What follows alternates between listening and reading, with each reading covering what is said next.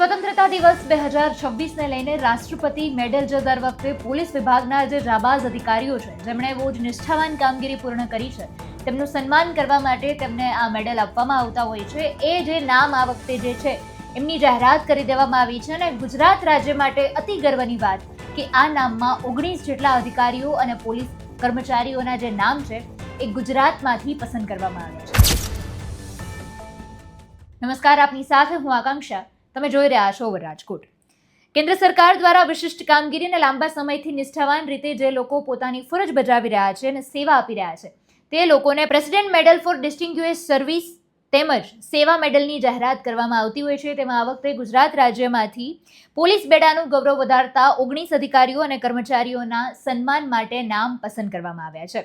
એ 19 જે લોકો છે એમનું એક લિસ્ટ પણ સામે આવ્યું છે. બધા લોકોના નામ તમે સ્ક્રીન પર જોઈ શકતા હશો. પોલીસ ક્ષેત્રે વિશિષ્ટ રેકોર્ડ, શિસ્ત અને કર્તવ્યનિષ્ઠ દર્શાવવા બદલ દેશભરના વિવિધ રાજ્યોમાંથી પસંદગી કરવામાં આવતી હોય છે અને એ લોકોનું સન્માન કરવામાં આવતું હોય છે.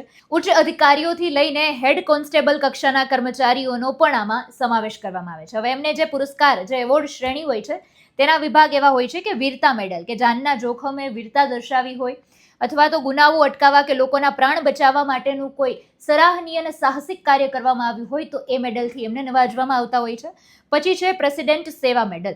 એટલે એમાં એ રીતે હોય છે કે સેવામાં સતત ઉત્કૃષ્ટ સ્થાન મેળવ્યું હોય, વિશિષ્ટ પોતાનો એક રેકોર્ડ ધરાવતા હોય અને અધિકારીઓનું સન્માન મેળવ્યું હોય.